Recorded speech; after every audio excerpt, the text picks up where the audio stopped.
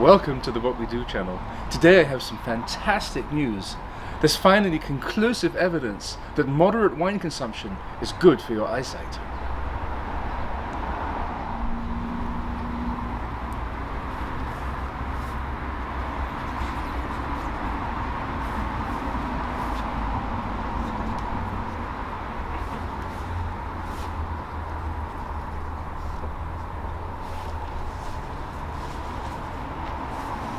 I set my tomato trellising system up last weekend, and I'm very pleased as always with how the system works.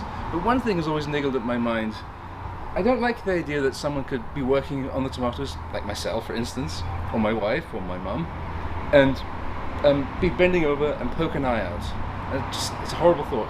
But the solutions I've seen so far I haven't really liked that much. People put pop bottles, yogurt bottles, ping pong balls, and even some special plastic things that you can buy to stick on. The trouble is, I don't like finding plastic in my garden, and if one of these corks falls off, I know that it's just going to biodegrade in the ground, and I'm happy with that. That doesn't bother me at all.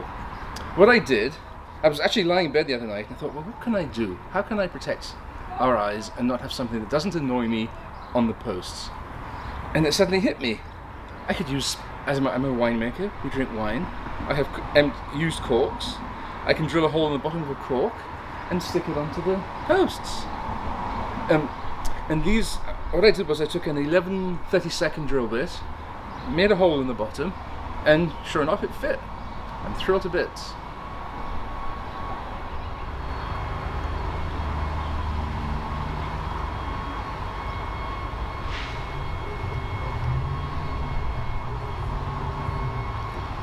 The only problem is, now we need more corks.